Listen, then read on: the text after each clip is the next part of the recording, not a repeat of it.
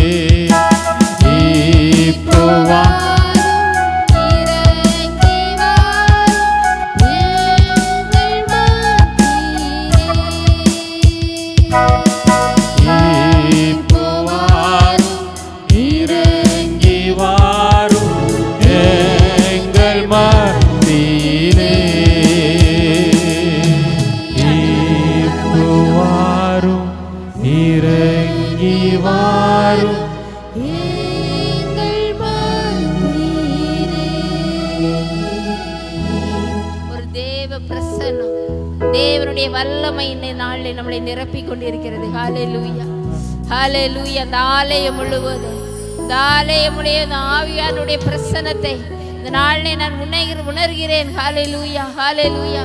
வந்திருக்கிற ஒவ்வொரு பிள்ளைகளையும் கர்த்தருடைய ஆவியானவர் தொட்டு கொண்டிருக்கிறார். ஹல்லேலூயா, ஹல்லேலூயா. ஆண்டவரே, இந்த வருஷத்தை முடிக்க போறோம். ஆண்டவரே, ஒரு சில நாட்கள்ல இந்த வருஷத்தை நாங்கள் முடிக்க போறோம். ஆண்டவரே, நான் கடந்து வந்த பாதைகளை நினைத்து உமக்கு நான் நன்றி சொல்கிறேன் என்று சொல்லுங்க. ஹல்லேலூயா, ஹல்லேலூயா. நீர் நல்லவர், நீர் வல்லவர் அப்பா. நீர் இரக்கமுள்ள தேவன் ஆண்டவரே. ஹல்லேலூயா, ஹல்லேலூயா, ஹல்லேலூயா. நான் எம்மாத்திரம் ஆண்டவரே, நான் எம்மாத்திரம். என்னை நீ நினைப்பதற்கு நான் எம்மாத்திரம் ஆண்டவரே. ஹல்லேலூயா, ஹல்லேலூயா. ஆண்டவரே, தாயின் கருவிலே நீர் எங்களை தெரிந்து கொண்டீரே அப்பா. ஆண்டவரே, எங்களை வழி நடத்தி வந்தீரே அப்பா. உமக்கு நன்றி ஆண்டவரே. ஹல்லேலூயா, ஹல்லேலூயா. எங்களை அன்பாய் அருமையா நேசிக்கிற கர்த்தாவே, ஆசீர்வதிக்கப்பட்டதான நேரத்துக்காக ஜெபிக்கிறேன் ஆண்டவரே. இந்த நாளிலே ஆண்டவரே, எங்களுடைய ஆராதனையை நீர் ஏற்றுக்கொள்ளுங்க. எங்களுடைய ஆராதனையில் நீர் வந்ததுக்காக உமக்கு நன்றி ஆண்டவரே. இந்த நாளில் தேவனுடைய பிரசன்னத்தை நாங்கள் உணரணும். ஆண்டுடைய வார்த்தையை கேட்கணும். நீர் எங்களோட பேசணும் ஆண்டவரே. நீர் எங்க கூட பேசுறதை இந்த நாளில் நாங்கள் உணரணும் ஆண்டவரே. எதை நாங்கள் என்ன நோக்கத்தோடு இந்த இடத்துல வந்திருக்கிறோமோ அதற்கு ஏற்ற வார்த்தையை தேவன் தாரும். ஆரம்பத்திலிருந்து முடிவு வரையும் ஆண்டவரே, எங்கள் ஒவ்வொருவரையும் ஆட்கொண்டு நடத்துங்க ஆண்டவரே. கிருபையினால் நிரப்புங்க. இயேசு கிறிஸ்துவின் நாமத்தில் ஜெபிக்கிறேன் நல்ல பிதாவே, ஆமென்.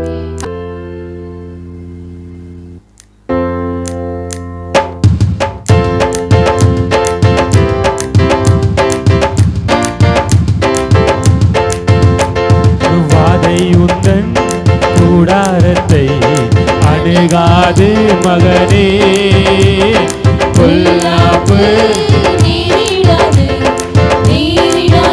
மகனே.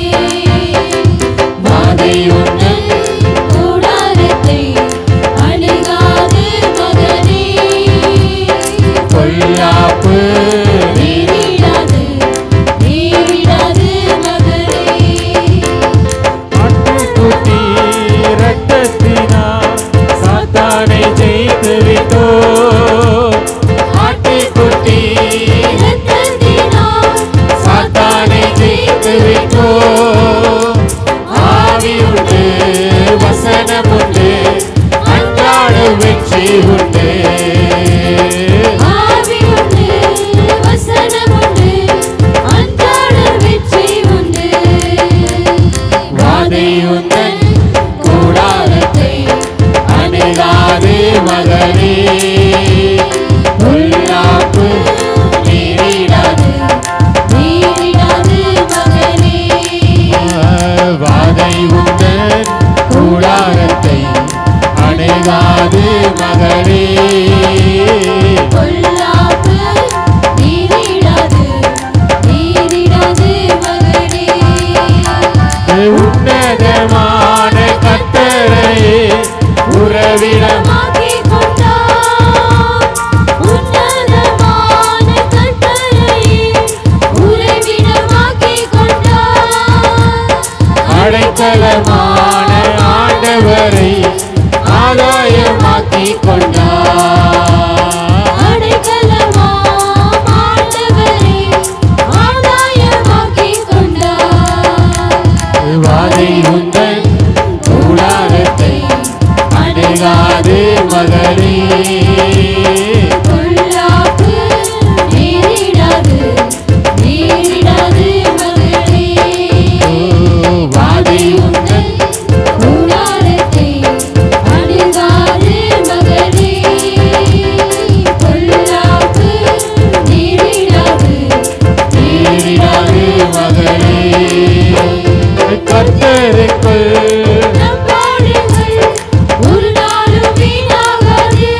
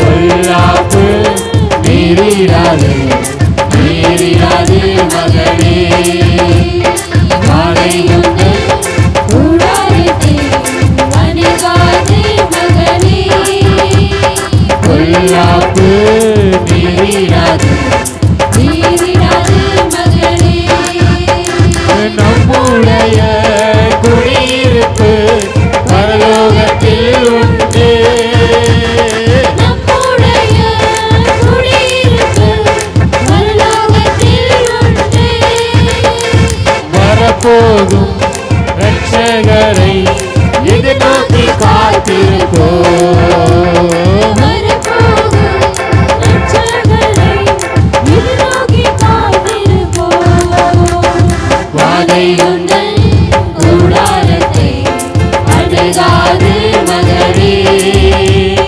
பொல்லாப்பு மீறிடாது மீறிடாது மகளே வாதை உந்தன் கூடாரத்தை அணுகாது மகளே பொல்லாப்பு மீறிடாது மீறிடாது மகளே கர்த்தருக்குள் நம் பாடுகள் ஒரு நாளும் வீணாகாது கர்த்தருக்குள் நம் பாடுகள் ஒரு நாளும் வீணாகாது அசையாமல் உறுதியுடன் அதிகமாய் செயல்படுவோம் அசையாமல் உறுதியுடன் அதிகமாய் செயல்படுவோம் வாதை உந்தன் கூடாரத்தை அணுகாது மகளே பொல்லாப்பு மீறிடாது மீறிடாது மகளே வாதை உந்தன் கூடாரத்தை அணுகாது மகளே பொல்லாப்பு மீறிடாது மீறிடாது மகளே நம்முடைய குடியிருப்பு பரலோகத்தில் உண்டு நம்முடைய குடியிருப்பு பரலோகத்தில் உண்டு வரப்போகும் இரட்சகரை எதிர்நோக்கி காத்திருப்போம் வரப்போகும் இரட்சகரை எதிர்நோக்கி காத்திருப்போம் வாதை உந்தன் கூடாரத்தை அணுகாது மகளே பொல்லாப்பு மீறிடாது மீறிடாது மகளே வாதை உந்தன் கூடாரத்தை அணுகாது மகளே பொல்லாப்பு மீறிடாது மீறிடாது மகளே வார்த்தை பரிசுத்த ஆவியானவர் இயேசு கிறிஸ்துவை குறித்து சொல்லுகிறதான ஒரு பெரிய அற்புதமான ஒரு வார்த்தை. இவர் என்னுடைய நேச குமாரன், இவரில் நான் என்னவா இருக்கிறேன், பிரியமா இருக்கு. அப்போ இந்த நேச குமாரன் எப்படிப்பட்டவர், அதைத்தான் இந்த நாட்களில் நம்ம பார்த்துட்டு வரோம். சரியா? ஸோ இன்னைக்கு அந்த நேசகுமாரனை குறித்து இன்னொரு காரியத்தை உங்கள் மத்தியில் நான் பகிர்ந்து கொள்ளும்படியாய் விரும்புகிறேன். வாசிக்கலாம். 115ஆம் சங்கீதம். தயவு செய்து பைபிள் வச்சிருக்கிறவங்க எல்லாரும் படிக்கணும், எல்லாரும் படிக்கணும், சும்மா அமைதியாக இருக்கக்கூடாது. சரியா? 115ஆம் சங்கீதம் 3ஆம் வசனத்தை யாரோ ஒருத்தர் படிங்க பார்க்கலாம்.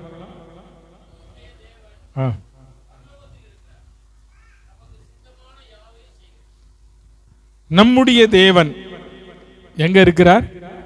சத்தமா சொல்லுங்க. நம்முடைய தேவன் எங்க இருக்கிறார்? என் காதே கேட்க மாட்டேங்குது, சிலர் வாயே திறக்க மாட்டேங்கிறாங்க. நம்முடைய தேவன் எங்க இருக்கிறார்? பரலோகத்தில் இருக்கிறார். தமக்கு சித்தமானவைகளை அவர் என்ன செய்கிறார்? செய்கிறார். நல்லா பாருங்க. இந்த மாசம் நமக்கு கொடுத்த வாக்கு தத்தம் நம்ம மத்தேயு எழுதின சுவிசேஷத்திலிருந்து வாசிக்கப்பட்ட வார்த்தை. ஆனா இங்கே இந்த சங்கீதம் எழுதப்பட்ட காலம் இயேசு கிறிஸ்து பிறப்பதற்கு பல வருஷங்களுக்கு முன்பாக எழுதப்பட்டதான சங்கீதம். அந்த சங்கீதத்தில் தான் சங்கீதக்காரன் சொல்றாரு, இந்த சங்கீதம் யார் எழுதுனதுன்ற தலைப்பே இல்லை, அப்படிதானே இருக்கா? ஆமா, 111, 112, 113, 114, 115, 116, 117, 118 சங்கீதம் வர நீங்க பாத்தீங்கன்னா இதுல யார் எழுதுனா அப்படின்றதே இல்லை. இல்லை, என் பைபிள்ல இல்லை, உங்க பைபிள்ல இருக்காதுன்னு நினைக்கிறேன். ஏன்னா எல்லா பைபிளும் ஒன்னா தான் இருக்கு. ஸோ இயேசு பிறப்பதற்கு முன்பதாக சங்கீதக்காரன் தீர்க்க தரிசனமாய் சொல்லுகிறார், நம்முடைய தேவன் பரலோகத்தில் இருக்கிறார். நம்முடைய தேவன் எங்க இருக்கிறார்? பரலோகத்தில் இருக்கிறார். தமக்கு சித்தமானவைகளை அவர் செய்கிறார். இப்ப இந்த மாதம் நம்ம வாசித்த மத்தேயு 3ஆம் அதிகாரம் கடைசி வசனம் என்ன சொல்லுகிறது? சத்தமா சொல்லுங்கம்மா. வானத்திலிருந்து ஒரு சத்தம் உண்டாகி, இவர் என்னுடைய, நல்லா பாருங்க, சங்கீதக்காரன் சொல்றார் நம்முடைய தேவன் பரலோகத்தில் இருக்கிறார். இப்ப பரலோகத்திலிருந்து ஒரு சத்தம் உண்டாகுது. என்ன சத்தம்? இவர் என்னுடைய நேசகுமாரன். இந்த நம்முடைய தேவன் பரலோகத்தில் இருக்கிறார் என்று தாவீது சங்கீதக்காரன் சொன்ன வார்த்தையை நாம் படிப்பதின் மூலமாக தெரிந்து கொண்டோம். ஆனால் இவர் என்னுடைய நேசகுமாரன், இவரில் பிரியமாய் இருக்கிறேன் என்ற வார்த்தையை யோர்தான் நதிக்கரையில் நின்றதான அநேக மக்கள் இந்த வார்த்தையை கேட்டாங்க. அல்லேலூயா, அல்லேலூயா. நம்முடைய தேவன் பரலோகத்தில் இருக்கிறார். இதுல யாருக்கு எந்த சந்தேகமுமே வேண்டாம், டவுட் இல்லை. நான் ஆராதிக்கிற தேவன் பரலோகத்திற்கு. அதான் இயேசு கிறிஸ்து தம்முடைய சீஷர்களுக்கு தம்முடைய ஜெபத்தை சொல்லிக் கொடுக்கும் போது அவர் எப்படி சொல்லிக் கொடுத்தார்? ஆரம்பத்தில் பரலோகத்தில் இருக்கிற எங்கள் பிதாவே, பரமண்டலங்களில் இருக்கிற எங்கள் பிதாவே. அப்ப நம்முடைய தேவனுடைய இருப்பிடம் எங்க? சத்தமா சொல்லுங்க. ஆமா, அதை மறந்துடக்கூடாது. நாம் ஆராதிக்கிற தேவன் குடியிருக்கிறதான அந்த இடம் அது பரலோகம். அதைத்தான் தாவி சொல்ற. இந்த 115ஆம் சங்கீதம் பார்த்தீங்கன்னா ஒரு வித்தியாசமான சங்கீதம். இந்த சங்கீதத்தில் கர்த்தருடைய ஊழியக்காரனுடைய ஆசீர்வாதம், கர்த்தருக்கு பயப்படுகிறவனுடைய ஆசீர்வாதம், அவர் நம்முடைய ஆண்டவர் எப்படிப்பட்டவர், அது மட்டுமல்ல இன்னொரு கோட்டத்தை குறித்து அவங்க எப்படிப்பட்டவங்கன்னெல்லாம் அழகா அந்த 115ஆம் சங்கீதத்தில் சொல்லியிருக்கிறார். ஆனா இந்த சங்கீதத்தினுடைய ஹைலைட் என்ன அப்படின்னா, நம்முடைய தேவன் பரலோகத்தில் இருக்கிறார், அவர் தமக்கு சித்தமானவைகளை செய்கிறார். இப்போ தாவீது சொல்றார் நம்முடைய தேவன் பரலோகத்தில் இருக்கிறார். இயேசு கிறிஸ்துவின் நாட்களில் பரிசுத்த ஆவியான ஒரு புறாவை போல இறங்கி, இவர் என்னுடைய நேசகுமாரன், நான் இவரில் என்னவா இருக்கிறேன், ஒரு வார்த்தை கேட்கப்பட்டது. இப்ப அப்போஸ்தலர் நடபடிகள் 1ஆம் அதிகாரம், அப்போஸ்தலர் நடபடிகள் 1ஆம் அதிகாரம் 9 முதல் 12 வசனம் வரை வாசிக்கணும். அப்போஸ்தலர் நடபடிகள் 1ஆம் அதிகாரம்.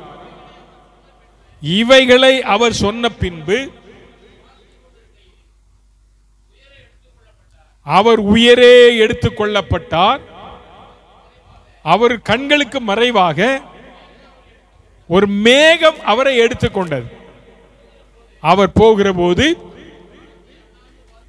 அவர்கள் வானத்தை அண்ணாந்து பார்த்து கொண்டிருந்தார்கள்.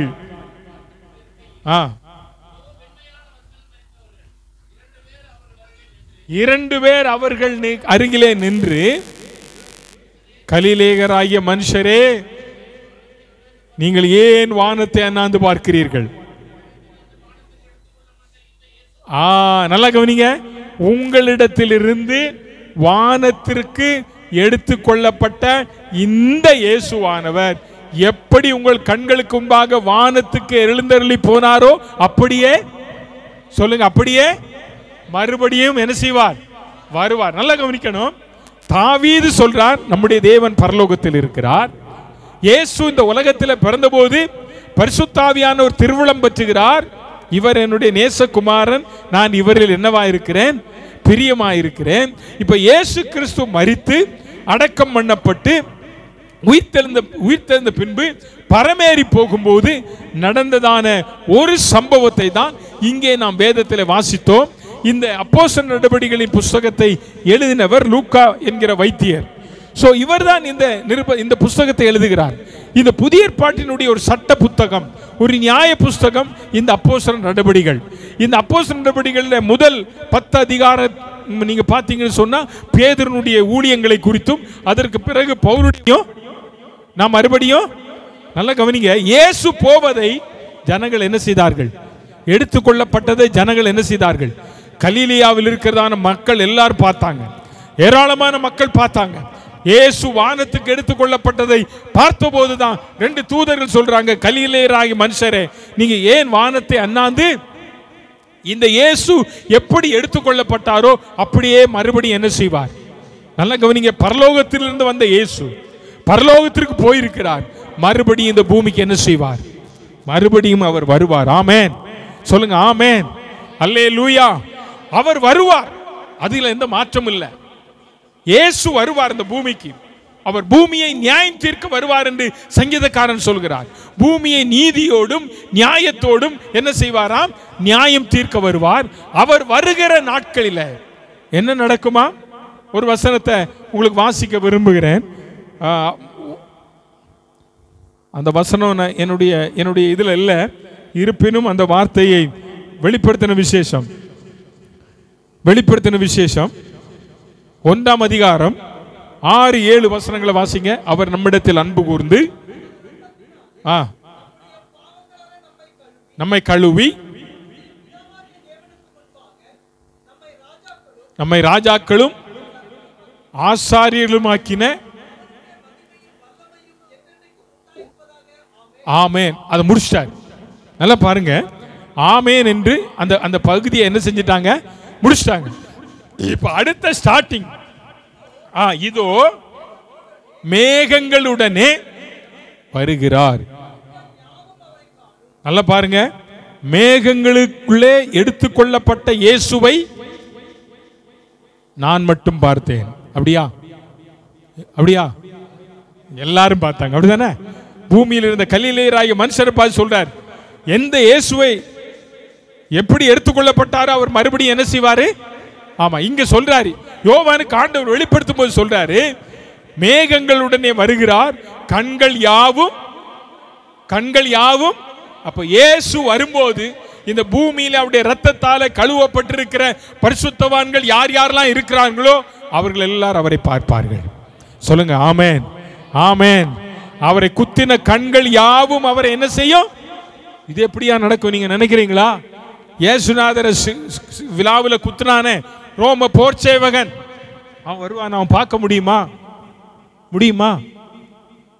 முடியும். ஆமென். அதுக்குதான் எசேக்கியேல் தீர்க்கதரிசனத்தில் ஆண்டவர் ஒரு நல்ல வெளிப்பாடு ஆண்டவர் கொடுத்தார். எலும்புகள் நிறைந்த பள்ளத்தாக்குக்குள்ள ஆண்டவர் எசேக்கியேலை கொண்டு போனார் இல்லையா? கொண்டு போய் சொன்னாரு, இந்த எலும்புகளுக்கு நீ என்ன செய்யணும்? தீர்க்க தரிசனம் உரைக்கணும். தீர்க்க தரிசனம் உரைச்சான் ஆண்டவரே, இது எப்படி நடக்கும்? தீர்க்க தரிசனம் உரைச்சான். எலும்புகள் எல்லாம் எந்திரிச்சு நிற்க ஆரம்பிச்சது, சதைகள் ஒன்று கூடினது. கடைசி அது என்ன ஆயிற்று தெரியுமா? சரீரமா மாறிட்டு. ஆமென். நான் முதல்ல பாடினேன், இயேசுவால் ஆகாதது ஒன்றுமே என் இயேசுவால் எல்லாம் ஆகும். ஆமென். 2000 ஆண்டுகளுக்கு முன்பதாக சிலுவையின் அடிவாரத்தில் இன்று விழாவினால் குத்தினானே இந்த ரோம போர் சேவகன், அவன் இயேசு மறுபடியும் வருவதை அவன் பார்ப்பான். அதுதான் வேதம் சொல்லுகிறது. பூமியின் கோத்திரத்தார் எல்லாரும் அவரை பார்த்து என்ன செய்வார்கள்? புலம்புவார்கள். அப்படியே ஆமென். நல்லா கவனிச்சு பாருங்க, அந்த ஆமென் என்கிற வார்த்தையை மறுபடியும் இந்த அதிகாரத்தில் அடுத்த வசனத்தில் சொல்லி காட்டுறார். முதல் வசனத்தில் ஆமென் சொன்னாரு, 2வது வசனத்தில் ஆமென் என்று உறுதிப்படுத்துகிறார். என்ன உறுதிப்பாடு? என் இயேசு வருவார், என் இயேசு மேகங்கள் மேல வருவார், அவரை குத்தின கண்கள் யாவும் அவரை காணும். பூமியில இயேசுவை அறியாமல் இயேசுவை மறுதலித்த கூட்டம், இயேசுவை சுவிசேஷத்தை ஏற்றுக்கொள்ளாத ஒரு கூட்டம் இந்த பூமியில இருக்கும். அவங்க எல்லாரும் என்ன செய்வாங்க? புலம்புவார்கள், அழுவார்கள். அப்ப நம்முடைய ஆண்டவர் தன் சங்கீதக்காரர் சொல்றார், அவர் பரலோகத்தில் இருக்கிறார்.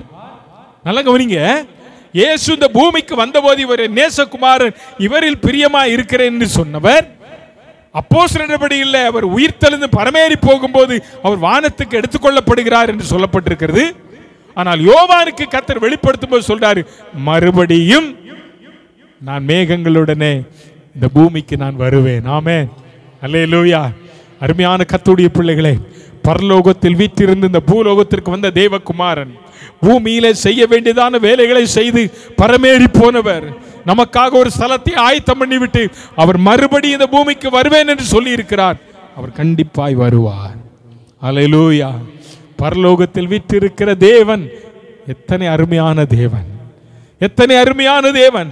48ஆம் சங்கீதம், 48ஆம் சங்கீதம் அதனுடைய 2ஆம் வசனத்தை நீங்கள் வாசித்து பார்த்தீங்கன்னா அங்க சொல்லப்பட்டிருக்கிற வார்த்தை என்ன தெரியுமா? நம்முடைய தேவன் வடதிசையில் உள்ள சியோன் பர்வதம் வடிப்பமான ஸ்தானமும் சர்வ பூமியின் மகிழ்ச்சியுமாய் இருக்கிறது. அதுவே யாருங்க? மகாராஜா. சொல்லுங்க, சத்தமா சொல்லுங்க. யூதருக்கு ராஜாவாய் பிறந்திருக்கிறவர் எங்கே? நம்ம ராஜா இயேசு ராஜா, அவர் மகாராஜா. அல்லேலூயா. அவரை குறித்து இங்க சங்கீதக்காரனுக்கு வெளிப்படுத்தப்படுகிற வார்த்தை பாருங்க, கர்த்தர் பெரியவர், அவர் தேவனுடைய நகரத்திலும் தமது பரிசுத்த பர்வதத்திலும் மிகவும் துதிக்கப்படத்தக்கவர். வடதிசையில் உள்ள சியோன் பர்வதம் வடிப்பமான ஸ்தானமும் சர்வ பூமியின் மகிழ்ச்சியுமாய் இருக்கிறது. அதுவே மகாராஜாவின் நகரம். ஆமென், அல்லேலூயா, அல்லேலூயா. ஒரு ராஜா இருந்தா கண்டிப்பா அவருக்கு என்ன இருக்கும்? என்னமா இருக்கும்? ராஜ்யம் இல்லம்மா, மாளிகை இருக்கும். என்ன இருக்கும்? மாளிகை இருக்குமா இல்ல? நம்ம எல்ஜி இருக்காரு, அவருக்கு ஒரு பெரிய பங்களா இருக்கா என்ன? இருக்கா இல்லையா? இருக்கா? இருக்கு, இருக்கு. நம்ம பிரசிடென்ட் இருக்காரு, அவருக்கு ஒரு மாளிகை இருக்கா? ஐயா, உலகத்திலே பெரிய பிரசிடென்ட் மாளிகை நம்ம பிரசிடென்ட் மாளிகை தான். ஆனா அந்த பிரசிடென்ட் மாளிகையை விட ஒரு பெரிய மாளிகையில தான் நம்முடைய மகாராஜா இருக்காரு. அல்லேலூயா, அல்லேலூயா. அந்த ராஜாவை குறித்து சொல்லுகிறது வட திசையில் உள்ள சியோன் பர்வதம். வட திசையில் உள்ள சியோன் பர்வதம் வடிப்பமான ஸ்தானம். அங்கதான் என்ன இருக்காரா? எங்க? அங்கதான் யார் இருக்கா?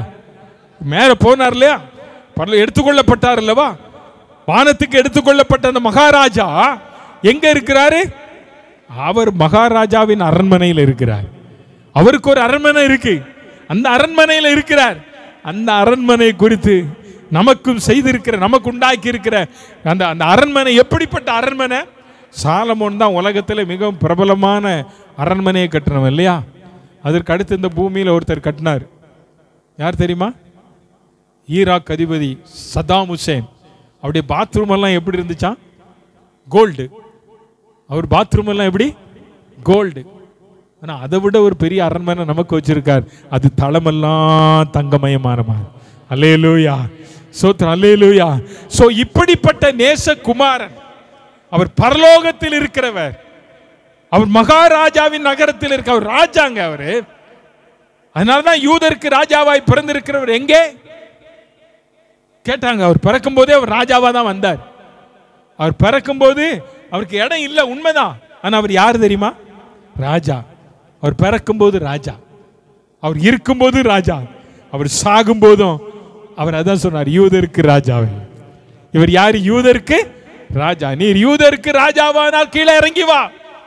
ஐயா, அவர் யூதருக்கு மட்டும் ராஜா இல்ல, அகில உலகத்திற்கும் அவர் ராஜாதி ராஜா. அல்லேலூயா, அல்லேலூயா. அந்த ராஜா வீற்றிருக்கிற அந்த ஸ்தானம் எப்படிப்பட்டது? இன்னொரு வசனத்தையும் வாசிங்க. 47ஆம் சங்கீதம், 47ஆம் சங்கீதம் 8ஆம் வசனத்தை வாசிங்க பார்க்கலாம்.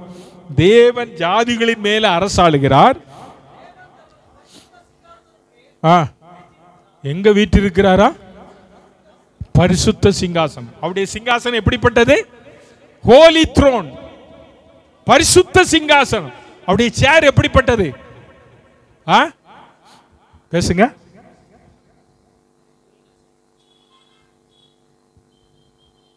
அவருடைய சேர் பரிசுத்தம்.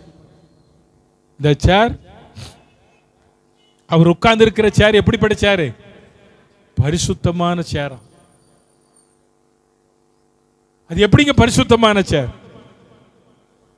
ஏன் தங்கத்தினால அப்படியே முலாம் பூசி நல்ல என்னென்னமோ காமிச்சு அது ரோல்டு கோடெல்லாம் பண்ணி கொடுத்து மனுஷன் என்னமோ பண்றான்.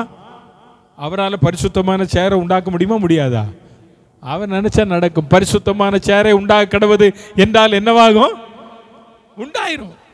அவர் வீட்டில் இருக்கிற இருக்கை பரிசுத்தமானது.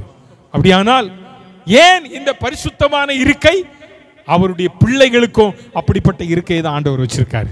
அதனால தான் அவர் சொன்னார், நான் பரிசுத்தர் ஆகையால் நீங்க என்னவாயிருங்க? என்னவாயிருங்க? பரிசுத்தராயிருங்கள். நான் பரிசுத்தர் ஆகையால் நீங்கள் என்னவா இருக்கணும்? பரிசுத்தமா இருக்கு. ஆகவே கர்த்தருடைய பிள்ளைகளே, சிங்காசனத்தில் வீற்றிருக்கிறவர், பரலோகத்தில் வீற்றிருக்கிறவர், அவர் அமர்ந்திருக்கிற இடமும் பரிசுத்தமானது. அவர் உட்கார்ந்து இருக்கிற இடம் பரிசுத்தமானது. ஆகவே தான் அவர் இந்த பூமியில இருக்கும் போதே சொன்னார், நீ பரிசுத்தமா இந்த உலகத்தில் வாழணும். நான் பரிசுத்தர் ஆகையால் நீங்க எப்படி இருக்கணும்? பரிசுத்தமா இருங்கன்னு சொன்னாரு. இந்த காலையில் கர்த்தருடைய பிள்ளைகள், அந்த சிங்காசனத்தில் வீற்றிருக்கிற இயேசு கிறிஸ்துவை தரிசிக்க விரும்புகிற உங்களுக்குள்ளேயும் எனக்குள்ளேயும் ஆண்டவர் விரும்புகிற ஒரு மகத்தான காரியம், நாம் பரிசுத்தமாய் வாழ வேண்டும் என்பதுதான். நான் பரிசுத்தமாய் வாழ வேண்டும் என்பதுதான். ஆகவே பரலோகத்தில் வீற்றிருக்கிறவர், தமக்கு சித்தமானவைகளை எல்லாம் செய்கிறவர்.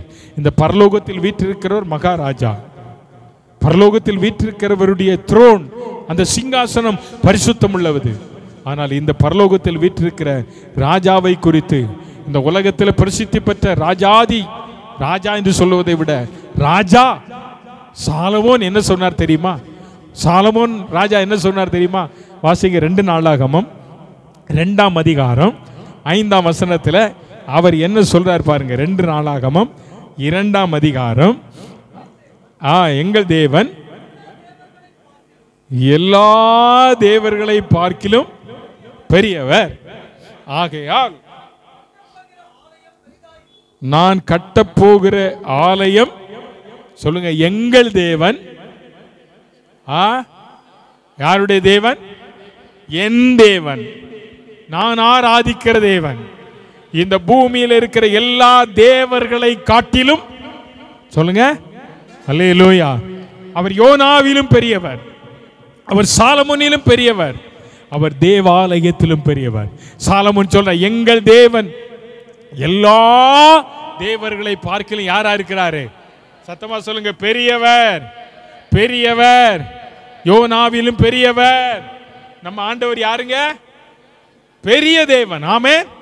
வானம் எனக்கு, பூமி என்னுடைய, அவ்வளவு பெரிய தேவனை நாம் ஆராதிக்கிறோம். அவ்வளவு பெரிய தேவன். அவர் எங்க இருக்கிறாரு? எங்க இருக்கிறாரு? நம்ம ரோட்டோரத்துல எல்லாம் இல்ல, போய் அவர் எங்க இருக்கிறாரு? பரலோகத்தில் இருக்கிறார். பரலோகத்தில் இருந்து கொண்டு என்ன செய்கிறார்? சும்மா இருக்கல. இப்ப நம்ம எல்லாம் பரலோகத்தில் போய் ஆண்டவர் விட்டார்னா நம்ம சொகுசா அப்படியே தங்க முலாம் பூசப்பட்ட இடத்துல அப்படியே உருண்டுகிட்டே இருப்போம். ஏன்னா நம்ம மேலெல்லாம் தங்க விட்டணும். அவர் அப்படியெல்லாம் அங்கே ஒன்றும் செய்யலை. அவர் என்ன செய்கிறார் தெரியுமா? 2 காரியம் செய்கிறார் அங்கே. ஒன்று, நமக்காக பரிந்து பேசுகிறார். என்ன செய்கிறார்? நமக்காக பிதாவினிடத்தில் பரிந்து பேசுகிறார். 2வது, அவர் என்ன செய்கிறார் தெரியுமா? தமக்கு சித்தமானவைகள் எல்லாம் செய்கிறார். ஆமென். அவருக்கு என்ன சித்தம் உங்களை குறித்து, என்ன குறித்து, நம்ம குறித்து இருக்குதோ, அவருக்கு சித்தமானவைகள் எல்லாவற்றையும் இந்த பூமியிலே ஆண்டவர் செய்கிறார். ஆமென், ஆமென், அல்லேலூயா, அல்லேலூயா. பரலோகத்தில் வீற்றிருக்கிற தேவன் பரலோகத்தில் சும்மா இல்லை. இன்னைக்கு நிறைய பேர் வீட்டில் இருப்பாங்க, சும்மாவே உட்கார்ந்து இருப்பாங்க. இப்போ வீட்டில் இருந்தாலும் சும்மா இருக்காதடிக்கு பிசாசு அவங்களுக்கு ஒரு வேலையை கொடுத்து வச்சிருக்கான். தெரியுமா? செல்போனு நோண்டுற வேலை. என்ன வேலை? செல்போனு நோண்டுற வேலை. அந்த காலத்துல எல்லாம் வீட்டில் இருக்கிறவங்க பெரியவங்களை நீங்க பார்த்தீங்கன்னா என்ன செய்வாங்க தெரியுமா? ஒன்று வேதத்தை வாசிப்பாங்க. எதை வாசிப்பாங்க? வேதம் வாசிப்பாங்க. இல்லைன்னா சில அம்மா மாதிரி ஜெபம் பண்ணுவாங்க. இன்னும் சில சகோதரிகள் என்ன செய்வாங்க தெரியுமா? இந்த மப்ளர்லாம் பின்னுவாங்க. வீட்டில் சும்மாவே என்ன செய்ய மாட்டாங்க. சிலர் குடிசை தொழிலாக பண்ணுவாங்க. இந்த புளியை வாங்கிட்டு வந்து இடித்து அந்த விதையெல்லாம் எடுத்து மாற்றி என்னத்தையாவது ஒன்று என்ன செய்வாங்க. இன்னைக்கு நம்ம வீட்டில் உட்காந்து என்ன பண்ணுறோம்? நம்ம வீட்டில் என்ன பண்ணுறோம்? ஒன்று டிவி ஓடும், இல்லைன்னா ஃபோன் சார்ஜ் டபக்குன்னு இறங்கும். 100ல் போட்டு வச்சுட்டு 1 மணி நேரம் கழிச்சு பார்த்தீங்கன்னா அது எங்க இருக்கும்? 2 பாயிண்ட் இல்லை 5 பாயிண்ட்ல இருக்கும். மீதி 95 என்ன ஆயிரும்? அத சாப்பிட்டுருதா? நம்ம நோன்றதுல இருக்கு. ஐயா, இயேசு பரலோகத்தில் இருக்கிறார். தமக்கு சித்தமானவைகளை என்ன செய்கிறாரா? சொல்லுங்க. அங்கெல்லாம் ஒண்ணு இல்லை, அவருக்கு சித்தமானது. அதனாலதான் அவர் தம்முடைய சீசர்களுக்கு சொன்னார், பரலோகத்தில் செய்யப்படுவது போல பூலோகத்திலும் என்ன செய்யணும்? உம்முடைய சித்தம். தேவ சித்தம் பரலோகத்தில் எதுவோ அதுதான் பூலோகத்தில், பூலோகத்தில் எதுவோ அதுவோ பரலோகத்தில். ஆண்டவர் தம்முடைய சித்தத்தை உங்கள் மூலம் என் மூலமாக அவர் வெளிப்படுத்துகிற தேவனாயிருக்கிறார். அல்லேலூயா, அல்லேலூயா. ஆகவே கர்த்தருடைய பிள்ளைகளே, நாம் இந்த கடைசி நாட்களில் நாம் வாழ்ந்து கொண்டிருக்கிறோம். இந்த கடைசி நாட்களில் வாழ்ந்து கொண்டிருக்கிறதான நாம் தேவன் தருகிறதான இந்த நல்ல நேரங்களை நாம் என்ன செய்யணும்? உபயோகப்படுத்திக் கொள்ளுங்க, பயன்படுத்துங்க. தேவையற்ற காரியங்களை செய்யாதபடி ஆண்டவர் சமூகத்தில் உட்காருங்க, நல்ல வேதத்தை படிங்க, நல்ல ஆவிக்குரிய நூல்களை படிங்க. இப்போ கர்த்தர் நல்லவர், நல்ல கவனிங்க. அப்ப ஆண்டவருடைய வசனம் சொல்லுது, தமக்கு பிரியமானவைகளை கர்த்தர் என்ன செய்கிறாராம்? தமக்கு சித்தமானவைகளை, அதுக்கு பிரியமானவைகளை, அவருக்கு எது பிரியமா அதை செய்கிறார். இங்க சாலமோன் சொல்றார், நான் ஆராதிக்கிற தேவன், எங்கள் தேவன் எல்லா தேவர்களை பார்க்கிலும் என்னவா இருக்கார்? அவருக்கு நான் கட்டுற ஆலயம் எப்படி இருக்கணும்? பெருசா இருக்கணும். நம்ம ஆண்டவருக்கு நம்ம செய்கிறது எப்படிதான் இருக்கணும்? என்னவா இருக்கணும்? பெருசா இருக்கணும். ஏன்னா நம்ம ஆண்டவர் பெரியவர். அல்லேலூயா. நம்ம சொல்றோம், அது நம்முடைய வாழ்க்கையில அப்பியாசிக்கணும். அதான் விசுவாசம், அதான் விசுவாசம். அப்போ தேவன் பரலோகத்தில் வீற்று இருக்கிறார். தமக்கு சித்தமானவைகளை இந்த பூமியிலே அவர் என்ன செய்கிறார்? செய்கிறார். என்ன சித்தம் செய்கிறார்? வாசிங்க. 1 தெசலோனிக்கேயர் 5ஆம் அதிகாரம் 18ஆம் வசனம். 1 தெசலோனிக்கேயர் 5ஆம் அதிகாரம் 18ஆம் வசனம் வாசிங்க. விடிமா சத்தமா சொல்லுங்க. எல்லாவற்றிலேயும், நான் எல்லாத்தையும் தான் சொன்னேன், எல்லாவற்றிலேயும். வாயை திறந்து சொல்லுங்க. எல்லாவற்றிலேயும், எல்லாவற்றுக்காகவும் ஸ்தோத்திரம் செய்யணும். எல்லாவற்றுக்காகவும் எல்லாவற்றிலேயும் என்ன செய்யணுமா? ஸ்தோத்திரம் செய்யணும். அப்படி செய்வதே கிறிஸ்து இயேசுவுக்குள் உங்களை குறிச்ச தேவ சித்தம் என்ன தெரியுமா? பரலோகத்தில் இருக்கிற தேவன் உங்களை குறித்து வைத்திருக்கிற சித்தம் என்ன செய்யணும்? நீங்க ஸ்தோத்திரம் சொல்லணும். நான் அல்லேலூயாங்கிறது பிரசங்கம் பண்ணி சொல்றதை விட உங்க வாயில என்ன வரணும்? உங்க வாயில என்ன வரணும்? ஆமேன், ஆமேன், ஆமேன், ஸ்தோத்திரம் வரணும். அல்லேலூயா, அல்லேலூயா. எல்லாவற்றிலேயும் நான் சொல்றேன், எல்லாவற்றுக்காக ஸ்தோத்திரம் பண்ணு. யோபு சொன்னது போல, கர்த்தர் கொடுத்தார், கர்த்தர் எடுத்தார். கர்த்தருக்கு கிறிஸ்துமஸுக்கு ட்ரெஸ் வாங்கினாலும் ஸ்தோத்திரம், ட்ரெஸ் வாங்காட்டாலும் அது மட்டும் சொல்ல மாட்டோம். ஏன்னா எனக்கு என்ன வேணும்? என்ன வேணும்? நிறைய பேர் பேச மாட்டேங்கிறீங்களே, எனக்கு அதுதான் புரிய மாட்டேங்குது. ஏன் அப்படின்னு எனக்கு தெரியல. ஐயா, எல்லாவற்றுக்காகவும் ஸ்தோத்திரம் பண்ண சொல்றாரு. எல்லாவற்றுக்காகவும். சாப்பாட்டுக்கு ஸ்தோத்திரம் பண்றோமா? சாப்பாட்டுக்கு ஸ்தோத்திரம் பண்றோமா? சிலர் தான் ஆமேன்னு சொல்றீங்க. ஏன்னா அவங்க எல்லாம் சாப்பாட்டுக்கு ஸ்தோத்திரம் சொல்ற ஆட்கள். சில ஆட்கள் வாயே திறக்கிறது இல்லை, ஏன்னா அவங்க சொல்லாத ஆட்கள். ஆமேன் சொல்லுங்க. ஆமேன், ஆமேன். நீ போட்டிருக்க ட்ரெஸ்ஸுக்காக ஸ்தோத்திரம் பண்றியா? ஆமேன். ஐயா, எல்லாவற்றுக்கும் நான் போட்டிருக்க ட்ரெஸ்ஸுக்கு எந்த ஒரு புது பொருள் வாங்கினாலும் அதை என்ன செய்யணும்? ஒரு 10 தோத்திரம் போடுங்க.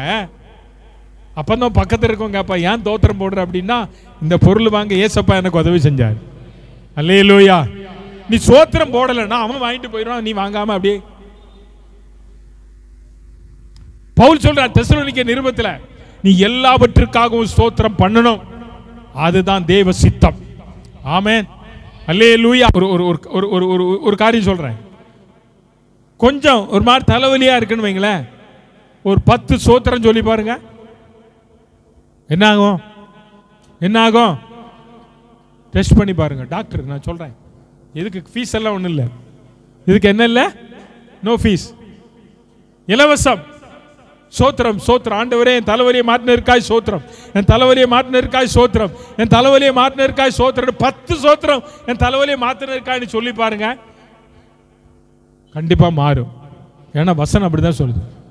எல்லாவற்றுக்காகவும் பிரியாணிக்காகவும் என்ன செய்யணும்? கஞ்சிக்காகவும் என்ன செய்யணும்?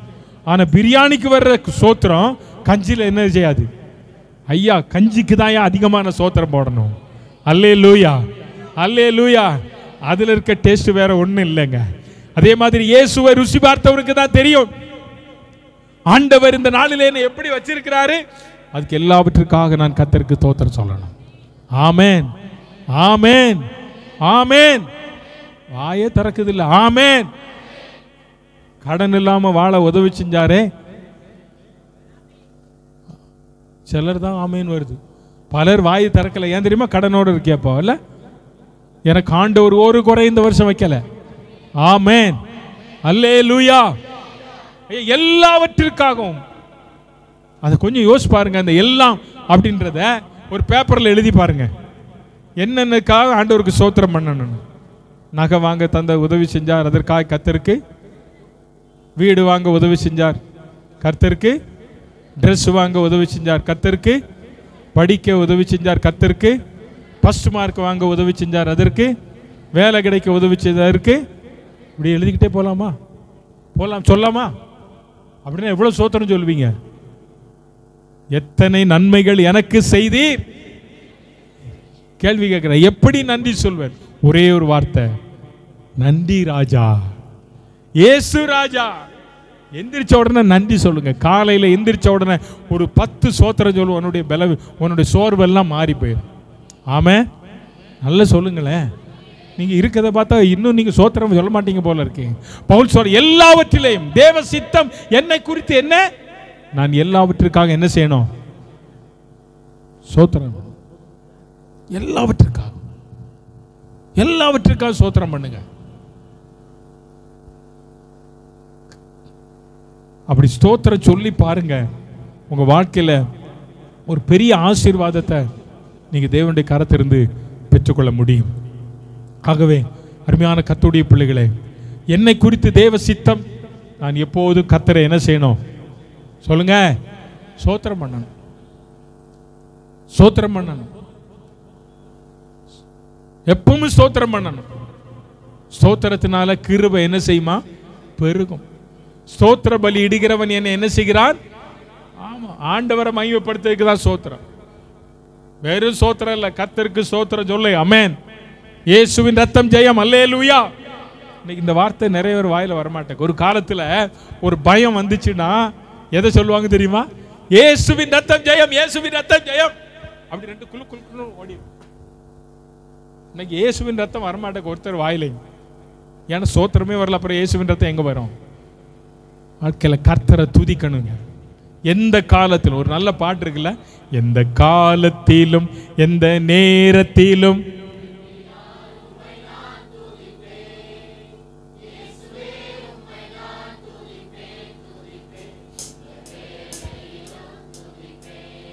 ரெண்டு வார்த்தை இதுல முக்கியமான வார்த்தை. எந்த காலம் எந்த நேரம், கடைசி சொல்லப்பட்டிருக்கிறது நன்றியால். அப்போ நன்றி உள்ளவங்க தான் கர்த்தரை என்ன செய்வாங்க? ஆமா, அது எந்த நேரமானாலும் சரி, பகலானாலும் சரி, ராத்திரி ஆனாலும் சரி.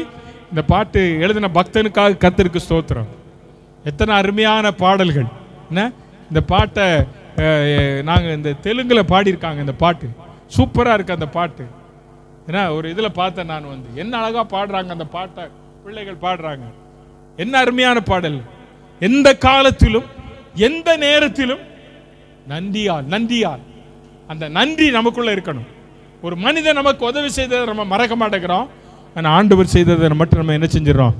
ஆனால் தாவீது சொல்றார், நன்றி நிறைந்த இருதயத்தோட நீ கர்த்தருக்கு நன்றி சொல்லணும். 100ஆம் சங்கீதம் 2ஆம் வசனம் என்ன சொல்லுகிறது? மகிழ்ச்சியோட கர்த்தருக்கு ஆராதனை. அப்ப மகிழ்ச்சியோட நீ கர்த்தரை ஆராதிக்கணும். கர்த்தருக்குள் மகிழ்ச்சியா இருப்பதே தேவனுடைய பலன். அப்ப உனக்குள்ள மகிழ்ச்சி வரணும்னா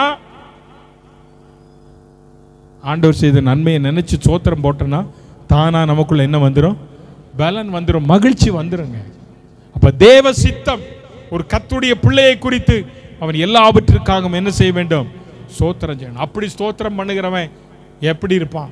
வாசிங்க 1 யோவான் 2ஆம் அதிகாரம் 17ஆம் வசனம். 1 யோவான் 2ஆம் அதிகாரம் 1 ஜான் 2ஆம் அதிகாரம் 17ஆம் வசனம் என்ன இருக்கு அதுல? உலகமும் அதன் இச்சையும் ஒளிந்து போகும், தேவனுடைய சித்தத்தின்படி செய்கிறவனோ. ஐயா பாருங்க, உலகமும் அதன் ஆசை இச்சை. இன்னொரு வேத பகுதியில் மொழிபெயர்த்திருக்கிறாங்க, உலகமும் அதன் ஆசை இச்சைகளும் என்ன செய்யுமா? ஆசை, உலகத்தில் இருக்கிற ஆசை, உலக பொருட்கள் மேல இருக்கிற ஆசை எல்லாம் என்ன செய்யும்? ஒளியும். ஒரு நாள் ஒளியும். அப்படின்னா என்ன செய்யும்? அழிஞ்சிரும், காணாம போயிரும். உலகத்தின் மேல ஆசை வச்சனா அந்த ஆசை ஒரு நாள் இல்லாம போயிரும். உலக ஆசை தேவனுக்கு விரோதமான பகை. உலக ஆசை இன்னைக்கு தேவனுக்கு விரோதமான பகை. அப்ப தேவ சித்தம் செய்கிற கர்த்தருடைய பிள்ளையே உனக்குள்ள என்ன இருக்கக்கூடாதுன்னு வேதம் சொல்லுகிறது? உலக ஆசை இருக்கக்கூடாது, உலக ஆசை இச்சையும் இருக்கக்கூடாது, அது ஒளிந்து போகும். ஆனா தேவனுடைய சித்தத்தை செய்கிறவன் என்றென்றைக்கும் என்ன செய்வான்? அப்ப தேவ சித்தம் என்ன? தூங்குறது. அப்படியா? ஸ்தோத்திரம் பண்றது. எல்லாவற்றிற்காகவும் என்ன செய்யறது? ஸ்தோத்திரம் பண்றது. எல்லாவற்றிற்காகவும் ஸ்தோத்திரம் பண்ணுகிற தேவனுடைய பிள்ளை எத்த சூழ்நிலையிலும் விசுவாசத்தில் ஸ்ட்ராங்கா நிற்பான். ஆமென், ஆமென். அதனாலதான் யோபு ஸ்ட்ராங்கா நின்னாருங்க. வேற ஒண்ணு இல்ல, ஸ்ட்ராங்கா நிக்க காரணம் அவன் என்றென்றைக்கும் நண்பர்கள் எல்லாம் வந்து அவன்கிட்ட பேசுறாங்க, ஆனா ஒண்ணுக்கும் மசியல. அவர் உத்தமத்தில் உறுதியா இருந்தார், விசுவாசத்தில் உறுதியா இருந்தார், நம்பிக்கையில உறுதியா இருந்தார். என் மீட்பர் உயிரோடு இருக்கிறார் என்று சொன்னாரே, இந்த நம்பிக்கை ஒரு விசுவாச பிள்ளைகளுக்குள்ள வரணும். அவன் தான் நிலைச்சு நிற்பான். அப்ப ஆண்டவருக்குள் நிலைச்சு நிற்கிறவன் என்ன கொடுப்பான்? கனி கொடுப்பான், மிகுந்த கனி. யோவான் 15ஆம் அதிகாரத்தில் வாஸ்து பார்த்தீங்கன்னா, என்னில் நிலைத்திராதவன் எவனோ அவனை நான் வெட்டி போடுவேன், என்னில் நிலைத்திருக்கிறவன் எவனோ அவன் மிகுந்த கனிகளை.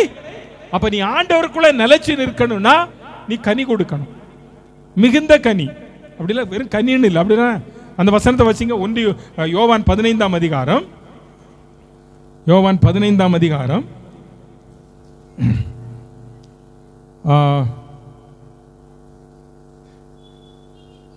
நீங்கள் படிங்க படிங்க. நீங்கள் என்னிலும் செய்யப்படும். நீங்கள் மிகுந்த கனிகளை கொடுப்பதினால் என் பிதா என்ன செய்வார்? ஆமா, இப்ப 4ஆம் வசனத்தை வாசிங்கம்மா கொஞ்சம். என்னில் நிலைத்திருங்கள்.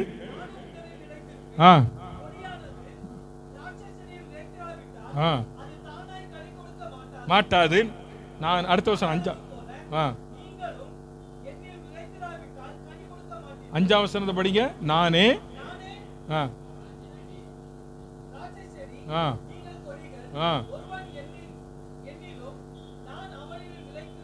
ஒருவன் என்னிலும் நான் அவனிலும் நிலைத்திருந்தால், சொல்லுங்க, மிகுந்த கனி. சொல்லுங்க, எவ்வளவு கனி? மிகுந்ததுன்னா அமுக்கி குலுக்கி சரிந்து விழும்படிக்கு அதிகமான கனி. நீ ஆண்டவருக்குள்ள நிலைச்சிருந்தா, ஆண்டவர் உனக்குள்ள இருந்தா எவ்வளவு கனி கொடுக்க முடியும்? நீ நிறைய பேருக்கு பழங்கள்னா ரொம்ப பிடிக்கும், அப்படிதானே? பிடிக்குமா? சிலருக்கு ஆப்பிள் பழம் பிடிக்கும், சிலருக்கு ஆரஞ்சு பழம் பிடிக்கும், சிலருக்கு கொய்யா பழம் பிடிக்கும். வேற சக்கப்பழம் பிடிக்கும், அப்படிதானே? பழம் பிடிக்காதவங்க யாருமே இல்லை, பழங்கள் பிடிக்காதவங்க யாருமே இல்லை. அது இல்லை ஆண்டவர் சொன்னது. ஆண்டவர் சொல்றாரு, நான் உன்னிலும் நீ என்னிலும் நிலைத்திருந்தால் மிகுந்த கனி கொடுக்கணும். கனி என்ன கனி? ஆவியின் கனி. ஆமென் சொல்லுங்க, ஆவியின். அப்ப நீ கொடுக்கிற கனி என்ன கனியா இருக்கணும்? அன்பு என்கிற கனியா இருக்கணும். ஆமென் அல்லேலூயா. ஆவியின் கனிகளிலே முதல் கனி என்ன கனி சொல்லுங்க? அன்பு. அப்ப நீ ஆண்டவருக்குள்ள நிலைச்சிருந்தா நீ கனி கொடுக்கிற பிள்ளையா இருப்ப. அதுதான் தேவ சித்தம். நீ நிலைச்சிருக்கலன்னா கனி கொடுக்க முடியாது. இன்னைக்கு அன்பு செலுத்த நிறைவேறால முடியல. நிறைவேறட்ட அன்பு இல்லை, வம்பு தான் இருக்கு நிறைய. நீ கிறிஸ்துவுக்குள் நிலைத்திருந்து நீ தேவ சித்தத்தை செய்கிற பிள்ளையா இருப்பாய். ஆனால் உனக்குள்ள காணப்பட வேண்டிய இரண்டாவது காரியம், நீ கனி கொடுக்கணும். முதல்ல நீ ஆண்டவரை என்ன செய்யணும்? ஸ்தோத்திரம் பண்ணணும். இரண்டாவது நீ என்ன செய்யணும்? கனி கொடுக்கணும். ஆவியின் கனிகள் இந்த நாட்கள்ல ஆண்டவர் எதிர்பார்க்குது. இந்த கடைசி நாட்கள்ல ஆவியின் கனிகளை நீங்களும் நான் ஆண்டவருக்காக கொடுக்கணுங்க. அப்படிதான் நம்ம நிலைச்சு நிற்க முடியும். நீ உலக ஆசையை வச்சுக்கிட்டு ஒரு நாள் நீ கனி கொடுக்கவே முடியாது. உலக ஆசை உனக்குள்ள இருந்தால், அந்த இச்சை இருந்தால் நீ கனி கொடுக்க முடியாது. இதெல்லாம் வெறுத்தரணும், இதெல்லாம் வெறுத்தரணும். வெறுக்க வேண்டியதை வெறுத்துட்டு நான் தேவ சித்தம் செய்கிற பிள்ளை என்பதை நீ உணர்ந்து தேவனுக்காக உன்னை அர்ப்பணிப்பாயானால், தேவனுக்காக உன்னை அர்ப்பணிப்பாயானால் அவர் உங்களை குறித்து என்னை குறித்து வைத்திருக்கிற சித்தத்தை தேவன் நிறைவேற்றுவார். ஹல்லேலூயா, ஹல்லேலூயா. கிறிஸ்துவானவர் பரலோகத்தில் வீற்றிருக்கிறார். அவர் தமக்கு சித்தமானதை எனக்குள் எனக்கு செய்கிறார். அவர் சித்தம் என்ன என்னை குறித்து? நான் எப்போதும் அவரை ஸ்தோத்திரம் பண்ணணும்.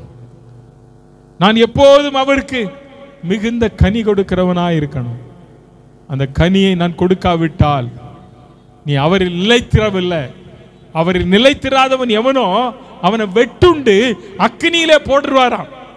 வெட்டிடுவார் ஆண்டவர், உன்னை துண்டிச்சிருவார். உனக்கு ஆண்டவருக்கு என்ன இருக்காது? ஒரு ரிலேஷன்ஷிப் இருக்காது. சோ ஆண்டவருக்குள்ள நீ நிலைச்சு நில்லு. ஆண்டவருக்காய் கனி கொடுக்க ஆரம்பி. ஆண்டவருக்காய் கனி கொடுங்க, அன்பு செலுத்துங்க. அன்பு உனக்குள்ள வந்தா என்ன நடக்கும் தெரியுமா? ஆத்துமாக்களை குறித்த பாரம் உண்டாகும். கிறிஸ்துவின் அன்பு யாருக்குள்ள இருக்கோ அவங்களுக்கு எது உண்டாகும்னா, முதல்ல ஆத்துமாவை குறித்த பாரம் உண்டாகும்.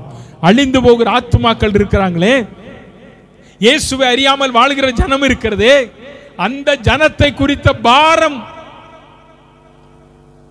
நீங்க மிஷனரிகள் வாழ்க்கையை நீங்க திருப்பி பார்த்தீங்கன்னா, இந்த இந்திய தேசத்துக்கு வந்த ஒவ்வொரு மிஷனரிகளும் சும்மா வரலங்க. ஒரு பெரிய தரிசனத்தோட ஆத்தும பாரத்தோட இந்த இந்திய தேசத்துல வந்து தன் ஜீவனை கொடுத்தாங்க. அநேகர் இந்த தேசத்திற்கு வந்து திரும்பி சொந்த நாட்டுக்கே போகல, இங்கே ஜீவனை விட்டவங்க ஏராளமான பேர் இருக்காங்க. அவங்க இந்த பூமியில மரித்து போயிட்டாங்க. ஆனா இன்றைக்கும் அவர்களை குறித்து பேசப்படுகிறதே. காரணம், அவங்க கிறிஸ்துவுக்குள் இருந்ததுனால, கனி கொடுத்ததுனால, கனி கொடுக்கிறவளா இருந்ததுனால கர்த்தர் இன்றைக்கும் அவர்களை குறித்து நீங்களும் நானும் பேசிக்கொண்டு இருக்கிறோம். கிறிஸ்துவுக்குள் இல்லாதவன் வெட்டி போட்டுருவார் ஆண்டவர். அவருக்கு ஒரு நிமிஷம் போதும். அங்க போய் ரெக்கமெண்டேஷன் எல்லாம் பண்ண முடியாது. அவர்கிட்ட நோ ரெக்கமெண்டேஷன், ரெக்கமெண்டேஷன் அவருக்கு ஆகாது. அவர் அதெல்லாம் விரும்ப மாட்டார். அவருக்கு தேவை அவர் நிலைச்சிருந்தா போதும். நீ அவரோடு ஒன்றிணைந்து இருந்தனா போதும். தானா நீ என்ன செய்வாய்? கனி கொடுப்பாய். கர்த்தருடைய பிள்ளைகளை இந்த காலையில பரலோகத்தில் இருக்கிற தேவன் தமக்கு சித்தமானவைகளை இந்த பூமியிலே செய்கிறாரே. என்னை குறித்து அவருடைய சித்தம் என்ன? நான் எப்போதும் எல்லாவற்றிற்காகவும் தேவனை ஸ்தோத்திரம் பண்ண வேண்டும். இரண்டாவது, தேவனுடைய சித்தம் என்ன சித்தம் தெரியுமா? நான் ஆண்டவருக்காக என்ன செய்யணும்? கனி கொடுக்கணும். ஆவியின் கனிகள் கொடுக்கணும். ஆவியின் கனிகளை நான் ஆண்டவருக்காக நான் கொடுக்கிற ஒரு பிள்ளையாய் என்னை ஆண்டவர் மாற்றணும். என்னை ஆண்டவர் மாற்றணும். இன்றைக்கு இருக்கிற சூழ்நிலைகள், கர்த்தருடைய பிள்ளைகளே, நம்முடைய வாழ்க்கையின் சூழ்நிலைகளை அறிகிறவர் கர்த்தர் ஒருவர் தான். ஆனா அந்த சூழ்நிலைமையிலும் நான் கிறிஸ்துவுடைய பிள்ளை, கிறிஸ்துவுக்காக வாழுகிறேன், அவருடைய அன்பை நான் எடுத்து சொல்லுவேன், மற்றவங்களுக்கு சொல்லுவேன் என்கிற அர்ப்பணிப்பு கொண்ட கர்த்தருடைய பிள்ளைகளை கர்த்தர் தேடுகிறார். ஒரே ஒரு வசனத்தை மட்டும் இந்த காலையில் நான் வாசித்து உங்களுக்காக நான் ஜெபிக்கும்படி விரும்புகிறேன். ஆவியின் கனியோ அன்பு, ஆவியின் வரங்கள் என்கிற ஒன்று ஆண்டவர் கொடுத்திருக்கிறார். அந்த வரங்களை குறித்து நீங்கள் 1 கொரிந்தியர் 12ஆம் அதிகாரத்தில் நம்ம படிக்கலாம். ஆண்டவர் இந்த நாளில் என்னை குறித்து உங்களை குறித்து இருக்கிற தேவ திட்டத்தின் 3வது ஒரு பகுதியாய் அப்போஸ்தலர் நடபடிகள் 9ஆம் அதிகாரம் அதனுடைய 15ஆம் வசனம் யாராவது ஒருத்தர் வாசிங்க. அதற்கு கர்த்தர், நீ போ,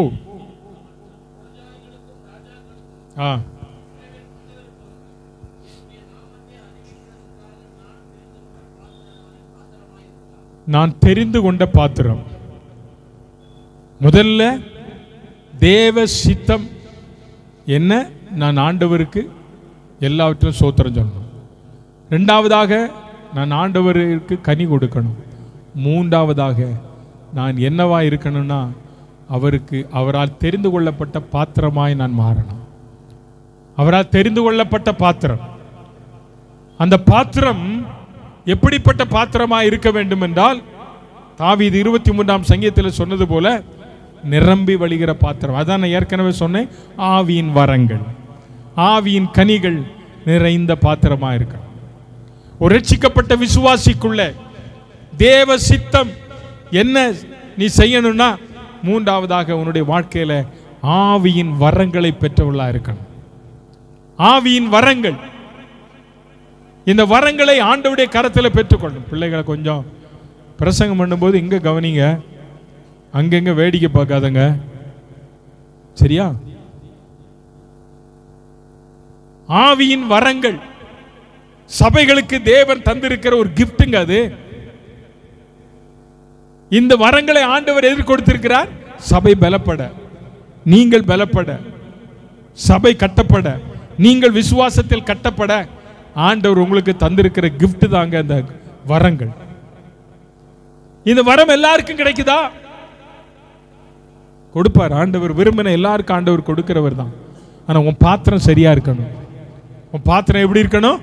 சரியா இருக்கணும். பாத்திரம் சரியா இருக்கணும்.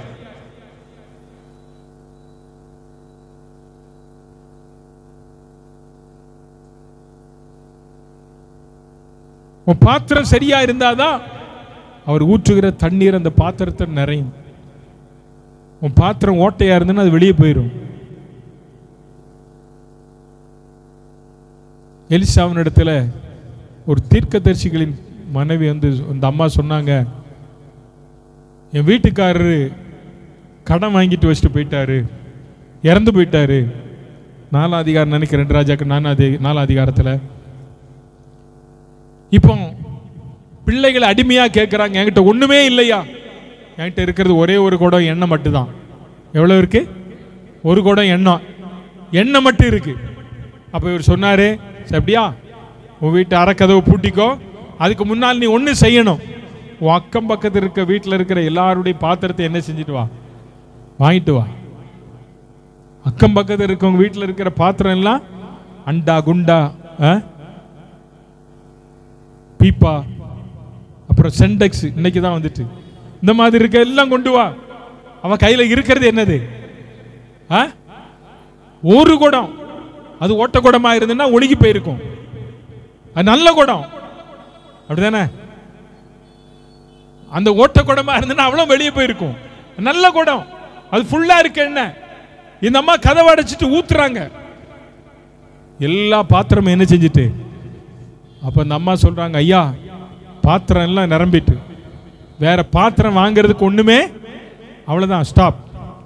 ஒன்று நல்லா கவனிங்க, இந்த அம்மா எப்படிப்பட்ட குணமுடையவர்களாக இருந்தால், இந்த அம்மாவுக்கு ஏற்கனவே என்ன இருக்கு? கடன் இருக்கு. கடன் கொடுத்தவன் வந்து நின்று சண்டை போடுறது யார் கேட்டுக்கிட்டு இருக்கா? இந்த ஊர்ல இருக்கீங்களா இல்ல வெளியூர்ல? டைம் இருக்கு, ஏன் டைமுக்கு தான் நான் உங்களை முடிப்பேன். ஐயா, வெளியில இருக்கிற மக்கள் எல்லாம் கேட்டுக்கிட்டு தானே இருக்காங்க. ஏய், இன்னார் கடன் வேண்டாம், கொடுக்கல, இவன் வந்து சத்தம் போடுறான், எப்படி இருக்கும்? ஆனால் அந்த அம்மாவுக்கு அவ்வளவு பாத்திரம் கிடைச்சிச்சு. எதுல எங்க கிடைச்சிச்சு? எப்படி கிடைச்சிச்சு? சாட்சி. ஆமென். அந்த அம்மாவுடைய சாட்சி. இந்த அம்மாவுடைய கடன் அடைக்கப்படணும், இந்த அம்மாவுக்கு கடன் அடைக்கப்படுவதற்கு நாம் உதவி செய்யணும்னு சொல்லி அக்கம் பக்கத்தில் இருக்கிறவங்க கொடுத்த பானைகள், பாத்திரங்கள், அதுல எண்ணெய் வார்க்கப்பட்ட போது எலிசா சொன்னா, இப்ப வித்துவம் கடன் எல்லாம் என்ன செஞ்சிரு. அதான் உன் பாத்திரம் சரியா இருந்தால், உன் பாத்திரம் நீ சரியா இருந்தா உனக்கு ஒரு கஷ்டமும் இல்லை. ஆமே, சொல்லுங்க. ஞானம் வேணும். ஆண்டவர் நமக்கு எதை கொடுத்திருக்கிறார்? ஞானத்தை கத்த தந்திருக்கிறார். இங்க பவுலை குறித்து சொல்லப்பட்டிருக்கு, நான் தெரிந்து கொள்ளப்பட்ட பாத்திரம். நீ போ, அவன் புறஜாதிகளுக்கும் ராஜாக்களுக்கும் சுவிசேஷம் அறிவிப்பதற்காக நான் தெரிந்து கொள்ளப்பட்ட பாத்திரம். அந்த பாத்திரம் கொஞ்சம் முன்னால் எப்படி இருந்தது? காலியா இருந்தது. இயேசுவுக்கு விரோதமான செயல்களில் ஈடுபட்டு கொண்டிருந்ததுங்க. இப்ப இயேசுவை அவன் அறிந்து கொண்ட போது அந்த பாத்திரம் நிரம்பிற்று. என் பாத்திரம் காலி பாத்திரம் இல்லை, இப்போ என் பாத்திரம் நிரம்பி வழியுது. அதனாலதான் அந்த பவுல் சொல்றாரு, கிறிஸ்து எனக்கு ஜீவன், சாவு எனக்கு ஆதாயம். அவருக்கு தெரியும் எல்லா இடங்களிலும் போகும்போதெல்லாம் கட்டுகளும் உபத்திரவங்களும் பாடுகளும் இருக்குன்னு பரிசுத்தாவியானவர் சொல்லியும் அவன் தேவனால் தெரிந்து கொள்ளப்பட்ட பாத்திரமா இருந்ததுனால, ஆத்துமாக்கள் மேல இருந்ததான அந்த அந்த அந்த அன்பு நிமித்தம் அவன் பட்டணங்கள் தோறும், கிராமங்கள் தோறும், தீவுகள் தோறும் கடந்து போனான். உனக்குள்ளே கிறிஸ்துவின் அன்பு இருக்குமானால் ஆத்தும பாரம் உன்னை தேடி தானா வரும். ஆத்தும பாரம் உள்ள ஒரு தேவனுடைய பிள்ளை எந்த சூழ்நிலையிலும் யாரை பார்த்தாலும் இயேசு நல்லவர் என்று சொல்லுவார். இயேசு எனக்கு செய்ததை நான் மற்றவர்களுக்கு சொல்லணும், அதுதாங்க கிறிஸ்தவம். தேவன் உன்னை தெரிந்து கொண்ட நோக்கம் அதுதானே. எல்லாவற்றிற்கும் ஸ்தோத்திரம் பண்ணுகிற நாம், எல்லாவற்றிற்கும் ஸ்தோத்திரம் பண்ணுகிற நாம் அடுத்து என்ன செய்யணும்? கனி கொடுக்கணும். இல்ல, கனி கொடுக்கிற நாம், கனி உனக்குள்ள இருந்தா உன்னை தேடி 4 பேர் வருவாங்க. அப்படிதானே? ஒரு பழம் இருக்குன்னு வைங்களேன், அந்த பழத்தை வச்சுட்டு நீங்க கொஞ்ச நேரம் பாருங்க, என்ன வந்து உட்காரும்? ஈச்சு வரும். எங்க இருந்தெல்லாம் வருதுன்னு தெரியல. இல்லை, எறும்பு வந்துடும். கீழே கொட்டி பாருங்க. இப்போ இங்கே நீங்கள் எல்லாம் உட்காந்து எந்திரிச்சு போயிடுவீல்ல, நீங்கள் போன பிறகு அங்கே பாருங்க, அங்கங்கே முட்டாய் பேப்பர் அந்த பேப்பர்லாம் கிடக்கும். சில இடத்துல எலும்பு வரும். எங்கேருந்து வருதுன்னு தெரியாது. அதே மாதிரி உனக்குள்ள அந்த ஆவியின் கனிகள் அந்த இருக்குமானால் உன்னை தேடி ஆட்கள் ஆண்டவர் அனுப்புவார். ஸோ நீ ஆண்டவரால் தெரிந்து கொள்ளப்பட்ட பாத்திரமா இருக்கணும். அதுதான் தேவ சித்தம். உங்களை ஆண்டவர் தெரிந்து கொண்ட நோக்கம், என்னிலிருந்து ஆண்டவருடைய வல்லமை வெளிப்படணும், தேவ வாக்கு செயல்கள் வெளிப்படணும். அதற்காகத்தான் ஆண்டவர் என்னை தெரிந்து கொண்டிருக்கிறார். பரலோகத்தில் வீற்றிருக்கிற தேவன் அவர் தமக்கு சித்தமானவைகளை என்னை கொண்டு எனக்கு செய்கிறார், உங்களுக்கு செய்கிறார், நமக்கு செய்கிறார். அவருடைய சித்தம் நம்ம எல்லாவற்றிற்காகவும் ஸ்தோத்திரம் பண்ணணும். அவருடைய சித்தம் அடுத்து என்ன பண்ணணும்? கனி கொடுக்கணும். அவருடைய சித்தம் மூன்றாவதாக கனியை வைத்திருக்கிற நாம் பாரப்பட்ட ஆத்துமாக்களுக்காக, ஆத்துமாக்களை தேடி போய் ஆண்டவருடைய அன்பை குறித்து சொல்லணும். அதுக்கு தான் ஆண்டவர் உங்களை செலக்ட் பண்ணியிருக்கார். நாம் தெரிந்து கொண்ட பாத்திரமாய் ஆண்டவர் நம்மை வைத்திருக்கிறாரே. இப்படிப்பட்ட தேவனை, இந்த தேவன் 115ஆம் சங்கீதத்தில் ஒரு வசனத்தை மட்டும் வாசித்து நான் ஜெபிக்கும்படியாய் விரும்புகிறேன். இந்த 115ஆம் சங்கீதம் கடைசி வசனம் சொல்லுகிறது, நாமோ இது முதல் என்றென்றைக்கும் கர்த்தரை ஸ்தோத்தரிப்போம். நாமோ இது முதல். சொல்லுங்க. இப்ப நான் ஒரு கேள்வி கேட்க, எது முதல்? எது முதல்? ஜீவனுள்ள நாளெல்லாம். ஆமென். சொல்லுங்க ஹல்லேலூயா. கர்த்தர் எனக்கு தந்திருக்கிற ஜீவனுள்ள நாளெல்லாம் நான் என்ன செய்வேன்? கர்த்தரை ஸ்தோத்தரிப்பேன். ஒரு பழைய இந்த ஹாஸ்டல்ல இருந்த பிள்ளைகளுக்கு, உங்களுக்கெல்லாம் நீங்க ஹாஸ்டல்ல இருந்திருக்க மாட்டீங்க, இருந்தவங்களுக்கு தெரியும். சாப்பாடு போட்டு வைப்பாங்களா, சாப்பாட்டுக்கு முன்னால நின்றுட்டு ஒரு பாட்டு பாடுவோம். என்ன தெரியுமா? சோத்தரிப்பேன் சோத்தரிப்பேன் இயேசு தேவனே, என் ஜீவனுள்ள நாட்கள் எல்லாம் சோத்தரிப்பேனே.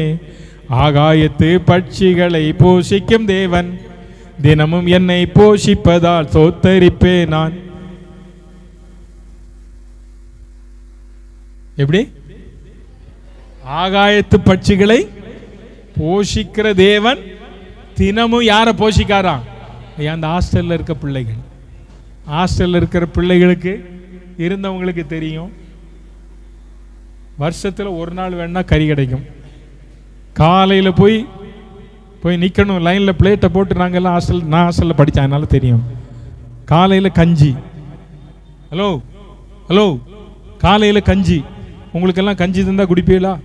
காலையில கஞ்சி போய் கை வச்சீங்கன்னா 2 பருக்க 4 பருக்க இருக்கும். மீதி எல்லாம் என்ன இருக்கும்? என்ன இருக்கும்? மத்தியானம் போவோம், சோறு. சோத்துக்கு மேல வெறும் சாம்பார் இருக்கும். சோறு கீழே கிடக்கும். அது கை விட்டீங்கன்னா பூச்சி வச்ச கத்திரிக்காய் இருக்கும். சாப்பிட முடியுமா? முடியாது. ஆனா அப்படிப்பட்ட இடத்துல இருந்து பிள்ளைகள் பாடுதாங்க, ஆகாயத்து பட்சிகளை போஷிப்பிக்கும் தினமும் என்னை போஷிப்பதால் ஸ்தோத்தரிப்பேன் நான். ஸ்தோத்தரிப்பேன் ஸ்தோத்தரிப்பேன் இயேசு தேவனை, என் ஜீவனுள்ள நாட்கள் எல்லாம் ஸ்தோத்தரிப்பேன் ஸ்தோத்தரிப்பேன்.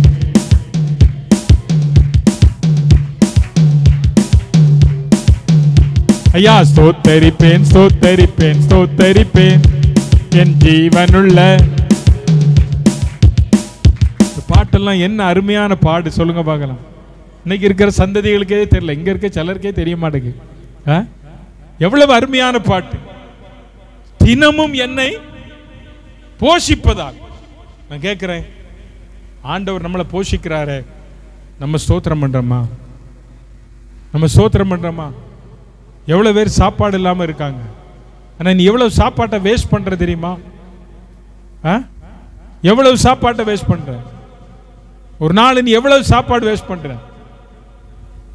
ஏன்? கடவுளுக்கு கணக்கு கொடுக்கணும்.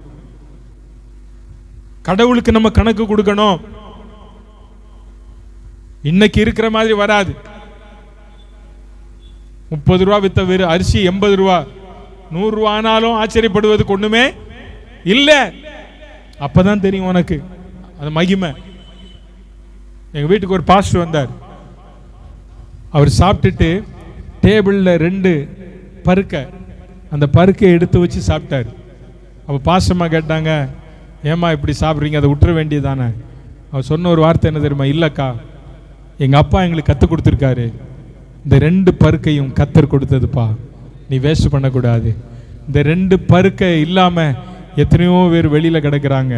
அதனால ஒரு நாள் சாப்பாடு என்ன செய்யாத, என்ன செய்யாத. இன்னைக்கு இருக்கிற இந்த இந்த இந்த வாண்டுக இருக்கு பாருங்க, இந்த வாண்டுக இங்க இருக்குதுங்களா, எவ்வளவு சாப்பாடை நீ வேஸ்ட் பண்ற. ஆனா உன் ஃப்ரெண்டில் எத்தனை பேர் சாப்பிடாம இருக்காங்க தெரியுமா? உன் ஃப்ரெண்ட்ஸ் எத்தனை பேர் சாப்பாடு இல்லாம இருக்காங்க தெரியுமா உங்களுக்கு? நம்ம கொண்டு போய் அழகா கொட்டிடுறோம். தயவு செய்து சொல்றேன், சாப்பாடை வேஸ்ட் பண்ணாங்க. ராத்திரி சாப்பாடு மிச்சம் வந்துன்னா அழகா தண்ணி ஊற்றி வச்சு காலையில் என்ன செய், அதையும் நாய்க்கு ஊத்திரு. நீ சாப்பிடாத. ஏன்? நீ சாப்பிட்டா என்ன கெட்டா போவேன்? ஐயா, அந்த காலத்து பரிசுத்தவான்கள் அப்படிதான். இப்போ நாங்கெல்லாம் அப்படி தான் பண்ணுறோம். எங்கள் வீட்டில் பாசமாக அப்படி தான் பண்ணுவாங்க. நாங்கள் 2 பேரும் காலையில் மீச்ச சோறு இருந்தேன்னா அழகா ஒரு 2 நாளைக்கு முன்னால் ஒரு சம்பவம் நடந்துச்சு. என்ன நடந்துச்சு தெரியுமா? நல்ல கொஞ்சம் எண்ணெயை வச்சு நிறைய குளிச்சிட்டேன். அன்னைக்கு திடீர்னு ஒரு எண்ணெய் பாட்டில் கொஞ்சம் மாற்றினாங்க. நான் எப்பவும் ஊற்றுற மாதிரி ஊற்றுனா ஃபுல்லாகிடுச்சு. தலைக்கு எண்ணெய் நல்லா வச்சுட்டேன். கஞ்சி இருக்குன்னாங்க, கஞ்சி குடிச்சிட்டு ஒரு 3 இட்லியும் சாப்பிட்டேன். எப்படி இருக்கு மருந்து பாருங்க. அன்னைக்கு நான் பட்ட அவஸ்தை, கடவுளே கடவுளே, எந்திரிக்க முடியல, நடக்க முடியல, ரெடியாகவும் அப்புறம் சோர்ந்து படுத்துக்கிடுவேன். நாங்கள் ஒரு நாள் அப்படி பண்ணவே மாட்டோம். தாளிச்சு வச்ச சோறு எங்கள் வீட்டில் டெய்லி இருந்தாலும் நாங்கள் சாப்பிட தான் செய்கிறோம். ஏன் தெரியுமா? எனக்கு தெரியும் இது கர்த்தருடைய பிள்ளைகளுடைய கண்ணீர், உங்களுடைய பாடுகள். அதனால் அம்மாமாரே, சில அம்மாமாரெலாம் இருக்காங்க, சும்மா கொண்டு போய் வெளியே கொட்டாத, ஒரு நாள் கிடைக்காம போயிடும். ஆண்டவர் தந்த ஆகாரத்தை வேஸ்ட் பண்ணாத, எதையுமே வேஸ்ட் பண்ணாத, எதையுமே என்ன செய்யாத, எவ்வளவு தேவையோ அதை மட்டும் யூஸ் பண்ணு, மீதமுள்ள வை, அது பிரயோஜனப்படும். ஆமென், அல்லேலூயா. ஆண்டவர் நமக்கு நல்ல ஞானத்தை தந்திருக்கிறார். ஏன் இதை சொல்ல வந்தேன்னா, இந்த பாட்டு பாடும்போது சொல்றேன், இந்த பாட்டை பாடுறதுனால சொல்றேன். தினமும் என்னை போஷிப்பதால் நான் என்ன செய்கிறேன்? உங்களை எல்லாரும் ஆண்டவர் தினந்தோறும் போஷிக்கிறார். நல்ல சாப்பாடு கிடைக்கும். அன்னைக்கெல்லாம் நூடுல்ஸ் கிடைச்சா? இல்லை, நூடுல்ஸே இல்லை, ஆனாலும் சோத்தரிப்பேன்.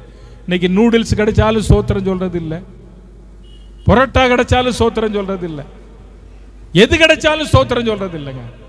ஆனால் வாழ்க்கை மாறணும்னு ஆண்டவர் விரும்புகிறார். பிள்ளைகளுக்கு சொல்கிறேன், அன்பா சொல்கிறேன், நீங்கள் எல்லாம் என் பிள்ளை என் மேலே கோவிச்சாலும் பரவாயில்ல, நீங்கள் சாப்பாட்டை வாங்கி நல்ல ஆண்டவருக்கு சோத்திரம் பண்ணி சாப்பிடு, நீ நல்ல மோட்டா ஆயிடுவ. ஏன் மோட்டா ஆக மாட்டேங்குது தெரியுமா? நீ சோத்திரம் சொல்லாமல் இருக்கனால தான். சாப்பாடை வாங்கி வச்சுட்டு நல்ல ஒரு 10 சோத்திரம் பண்ணுறான், அடுத்த வருஷம் பார், அடுத்த மாதம் பார், நீ 1 கிலோ ஏறி இருப்ப. ஆமென். தினமும் என்னை போஷிக்கிறவர் என் ஆண்டவர். ஆமென். அதனால் ஆண்டவருடைய சித்தத்தை நாம் செய்வோம். தேவன் நம்ம மேல் வைத்திருக்கிற அன்பு நமக்கு ஒரு குறை இல்லாதபடிக்கு தினமும் நம்மை போஷிப்பிக்கிறாரே, எத்தனை அருமை! யோசிச்சு பாருங்க, எத்தனை அருமை! நம்ம தான் வேணும்னு சாப்பிடாம இருக்கோம், ஆனால் ஆண்டவர் நமக்கு சாப்பாடு தராம இல்லைல்ல? அப்படிதானே? உங்களுக்கு என்னைக்கா தராம இருந்திருக்காரா? நீங்க தான் வேண்டாம், அன்னைக்கு வேண்டாம், அன்னைக்கு வயிற்றுக்கு நல்லா இல்லை அப்படின்னு என்ன சாப்பிடாம இருந்துடும். ஆனால் ஆண்டவர் அதன் நேரங்களில் அருமையான சாப்பாடு எலியாவுக்கு எப்படி சுட சுட கொண்டு கொடுத்தாரோ அது மாதிரி நமக்கு தரார். ஆனால் அதை நம்ம ஆண்டவர் தர்றதை நம்ம என்ன செஞ்சிடக்கூடாது? மீதியான துணிக்கைகளை எடுத்தார்கள் அந்த சீசர்கள், அந்த 12 கூடையும் எடுத்துட்டு தான் போனான். அவனுக்கு தான் வேஸ்ட் பண்ணல அவங்க. ஆண்டவர் பாருங்க, அந்த 5 அப்பத்தை 2 மீன் 5000 பேருக்கு போஷித்தார். மீதியான துணிக்கை வந்துச்சா வரலையா? அதை போட்டு போயிரு வனாந்தரத்துன்னு சொன்னாரா? போட்டு போனா அவன் எல்லாம் ஏறி மிதிச்சிருப்பான், ஏன்னா நல்லா சாப்பிட்டான். ஆனா சீசர்கள் என்ன செஞ்சாங்க? 12 கூடைகள் மீத இருந்தது எடுத்துட்டு போயிட்டான். அவன் சாப்பாடு வேணும்ல, ஆனா வேஸ்ட் பண்ணல. அதனால தான் சொல்றேன், தினமும் நம்மை போஷிப்பிக்கிற ஒரு கர்த்தர். அதனால் நம்முடைய இருதயத்தின் ஆழத்திலிருந்து ஆண்டவருக்கு நன்றி சொல்லணும். ஆமென். ஆகாயத்து பட்சிகளை போஷிப்பிக்கும் தேவன் தினமும் என்னை போஷிக்கிறார். இந்த தேவன் என்றென்றும் உள்ள சதா கால 48 சங்கீதம் 48 கடைசி மரண பரியந்தம் உனக்கு ஆகார குறைவில்லாமல், வஸ்திர குறைவில்லாமல், தலைக்கு எண்ணெய் இல்லாமல், உன் பாதத்திற்கு புது பாதரட்சைகளை தந்து உன்னை அற்புதமாய் நடத்துகிற தேவன் பரலோகத்தில் வீற்றிருக்கிறார். அங்கிருந்து அவர் சித்தத்தை செய்கிறார். அவர் சித்தம் நீ என்ன? அவர் சித்தம் என்ன? ஆண்டவரே உமக்கு ஸ்தோத்திரம், ஆண்டவரே உமக்கு ஸ்தோத்திரம், ஆண்டவரே உமக்கு ஸ்தோத்திரம், ஆண்டவரே உமக்கு ஸ்தோத்திரம் என்று சொல்லி அவர் சித்தத்தை நிறைவேற்றுவோம். கர்த்தர் நம்மை ஆசீர்வதிப்பார். எல்லாரும் எழுந்து நிற்போமே, எல்லாரும் எழுந்து நின்று ஆண்டவர்ட்ட இந்த மத்தியான வேளையில் ஆண்டவர்ட்ட கேளுங்க. ஆண்டவரே, தேவ சித்தம் என்னை குறித்து பவுல் சொல்றார், எல்லாவற்றுக்காகவும் எல்லாவற்றுக்காக ஸ்தோத்திரம் பண்ணி, எல்லாவற்றுக்காக ஆண்டவர் எனக்கு தந்திருக்கிற நல்ல குடும்பத்திற்காக ஸ்தோத்திரம், நல்ல மன